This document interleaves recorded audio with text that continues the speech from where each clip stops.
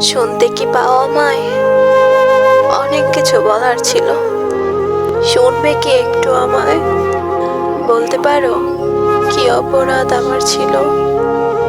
আমারও তো কত স্বপ্ন ছিল, বুকের মাঝে গল্প ছিল। তবুও কেন কুকুরগুলো ছিঁড়ে ঘুরে লাশ ঘরে ফেলে গেল? কতবারই না আর্তনাদে বাঁচতে চেয়েছি, চেনা মুখগুলিকে মিনতি করেছি, চিৎকার করে বলতে চেয়েছি, প্লিজ বাঁচতে দাও আমায়। আমিও যে বাঁচতে চাই, বুঝতে পারিনি মানুষ নয় তারা। মানুষ হলে ঠিকই বুঝতো আমার যন্ত্রণা।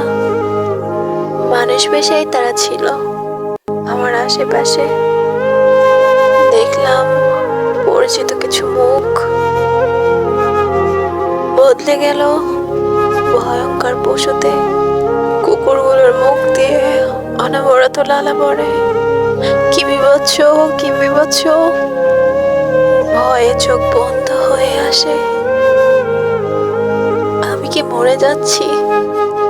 নিথর শরীর ক্ষত বিক্ষত, চোখে আর জল আসে না, নিঃশ্বাসটাও ঠিক নিতে পারি না। রক্ত ঝরে চোখের কোণে। নরকের কীটগুলো তখনও কিলবিল কিলবিল করে সমস্ত শরীর জুড়ে। ঘৃণায় বারবার কুঁকড়ে যায়, ঝাপসা হয়ে আসে চারিপাশে। ঠিক আর কতটা দেরি মরণের পথে। হয়তোবা মরে গেছি, তবুও কেন নিথর শরীর নিয়ে করছে ওরা কারাগারি?